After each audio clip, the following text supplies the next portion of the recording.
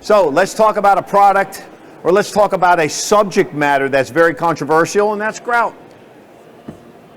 As my competitors have pointed out, we have several grouts up here on the stage. One of them happens to be the #1 selling grout in the world, which makes it the #1 selling grout in the universe.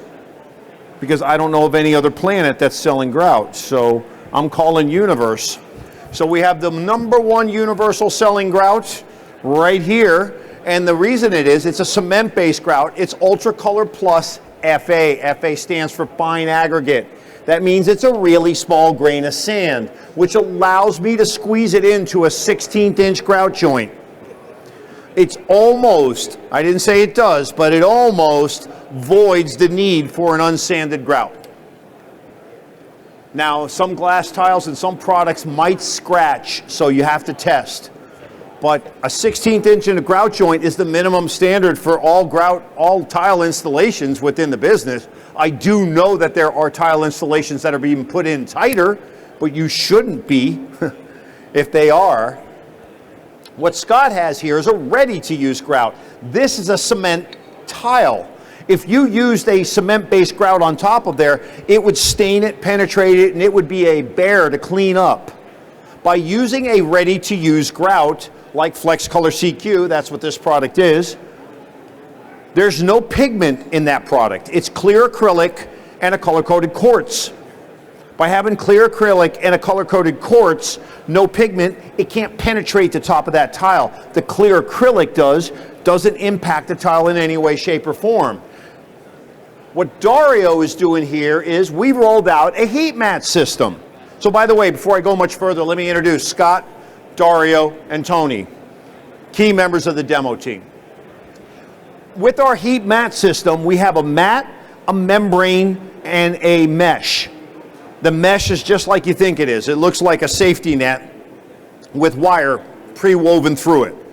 And you roll it out. And we have 3 thermostats. We have a on-off thermostat. You set the temperature, you flick the button, it goes on, and the thermostat works. We have a programmable thermostat, a little more modern, like what you're used to in your house for your heat or your air conditioning, your HVA system. And then we have a programmable thermostat that you can go ahead through your phone and activate and turn on.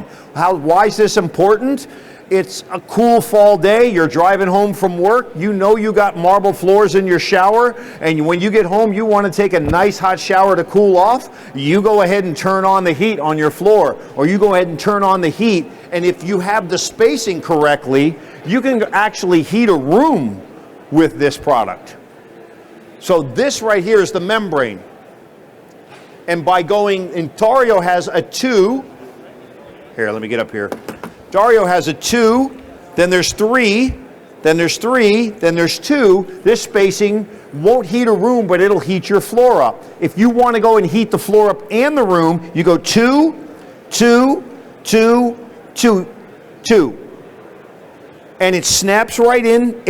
These columns have a little lip on the end of them. The wire snaps right in there. This is the lead wire. The black part of the wire never goes in the floor. This is what goes up the wall. And the electrician, who hooks it up? The electrician. That's right. One more time. Who hooks it up? Thank you. Thank you. Because one thing I do know about being a floor man is I have very poor electrical skills. As a matter of fact, I was putting the Christmas lights up on a metal ladder while it was drizzling with no shoes on because I'm a floor guy, and hit the wire with the staple. My son, which was 8, was there, watched me get zapped, knocked off the ladder and onto the floor, and when I opened up my eyes, he leaned down and went, "Daddy, you screamed like a little girl when that hit you." If I could have got up, I would have, but I was still trying to make sure that I wasn't paralyzed in the process. I am not an electrician, not something I'm good at. I don't pretend I am. Let an electrician, a licensed electrician, hook that up. You can go ahead and put the wire in, you can go ahead and spread the mortar on top of that, and you can set the tile, but let the electrician finish it off. This product right here, there is no pigment inside the product. It's clear acrylic. Think about a piece of plexiglass. It's a piece of plexiglass in a liquid form. And I have embedded in the plexiglass little colored marbles. Those little colored marbles is where I establish my color from. Now when I look through the plexiglass and I see the little colored marbles, what color is the plexiglass? It's clear, but I'm seeing the color through it, right? I can't wash the color out of the product. Anybody ever pull wood finish or deal with an acrylic wood finish? When it comes out of the bucket or it comes out of the jug, it's white. But when it dries clear. Elmer's glue, it's white. When it dries clear. These are acrylics, okay? That's the same thing here. Scott, hold that up and show them. Right now it's wet. So as it's wet with the water, it has a milky color. As the water evaporates, it becomes clear. What Tony has is the #1 selling product on the #1 grout sold in the world. And the reason why is swimming pools, fountains, jacuzzis, inside, outside, New York, Canada, Florida, Texas, Kansas, California, Hawaii, Central, South America, Tierra del Fuego, anywhere, everywhere in the Americas from the top to the bottom, you can use this product. Meets ANSI 118.7, which means it has very low water absorption and extra flexibility. This is important. Here, I live in Florida. I live in South Florida. I don't deal with hot and colds. I pretty much have a pretty stable climate where I live. However, inside of my house can be a mess because my house, the thermostat is set at 70 degrees. I wake up at 5 o'clock in the morning, jump out of bed, I turn the coffee pot on, and now I'm going to take a shower. Before I go turn the coffee pot on, I turn the shower on hot. My tile is 60 degrees, 68, 70 degrees. It goes from 70 degrees to 105 degrees in about 3 minutes. That tile's going through some thermal expansion and contraction as that water is hitting it. Where's the grout at? In the grout joints. As those tiles expand and contract, if the grout doesn't have latex in it, if it can't take that compression and that expansion, then it's going to crack, which then is going to contribute to water leaking underneath the thing. Now, once water leaks, water's sneaky. Water will then get up underneath there and start looking for a way to get somewhere else. And I'm counting on my waterproof membrane. By going ahead and having a premium cement-based grout in that shower, it allows for that expansion and contraction without cracking or breaking. So make sure if you're using a cement-based grout, it meets ANSI 118.7, not ANSI 118.6, which is standard grout. You should never consider standard, especially none of these tiles in this building are standard. These are the tiles we're putting in. All these tiles are exceptional. They are beautiful. They've got great looks to them. They're gigantic. I brought this up the other day. I saw a 3-foot by 10-foot tile. That's 30 square feet, right? If I went ahead and took a 12 by 12 tile and filled 30 square feet, that would be 30 tiles. Every square foot tile has 4 lineal feet of an expansion joint or a grout joint. That's 120 lineal feet of expansion within that area. Take that same area with the one giant solid tile and I have 10 feet, 20 feet, 26 feet.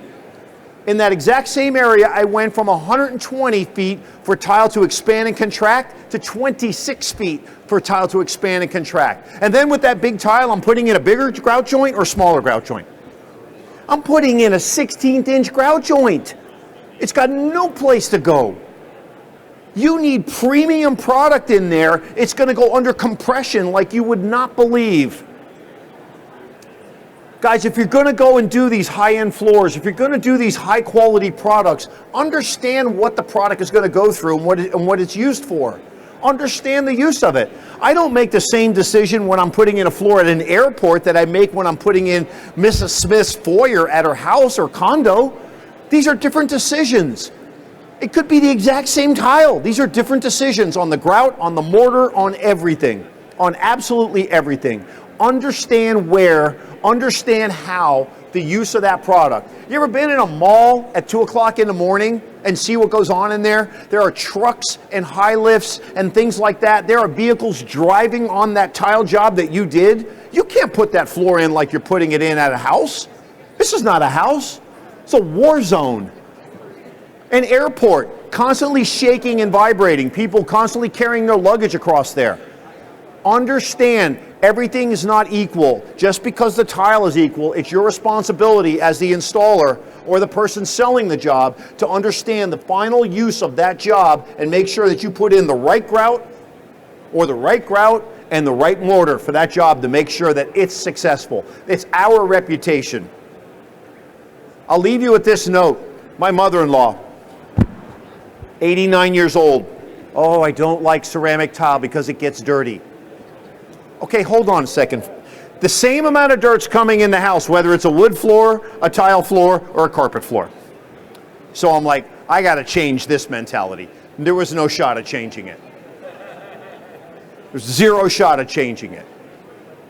But this is her thought process. It gets dirty. It's not getting dirty. It's actually, everything is laying there. Just clean it up. It doesn't have a place to hide. In carpeting, it goes through the carpeting, gets underneath there. You pull the carpeting up, you got a Sahara Desert underneath there. Come on, make sure we're using the right grout. If it's a cement grout, you might want to consider sealing it. You don't have to. It's not required, but it is a thought. You want to seal those pores. If you don't want to seal it, you want a grout that's going to be the right color, use a ready-to-use grout. I open that bucket up, and it's the right color every single time, and it's going to match. The technology's out there for you. Are there any questions? Everybody, if you're an installer, put your name on your floors. Be proud of the work you do. I'm proud of you. Remember, there's not one CO in a building that gets signed off until we put in the floors. They're waiting on us. Make sure they understand that. Go out and recruit. Find the next generation. Talk to kids. Explain to them why it's a good idea. Explain to them that you are construction artists. That's what we are. We're not just a guy that bangs in 2x4s and then they hide it with drywall, put wallpaper on it, or paint it and nobody sees our work. We are construction artists. Be proud of the work you do. Sign the work you do. Put your name on the floor so when they try to tear it up 15 years later and can't get it off, then you know they'll know why when they see your name underneath there. Everybody, thank you very much. I appreciate you taking your time. Everybody have a great 2021. Guys, thank you very much, man. Give these guys a big hand.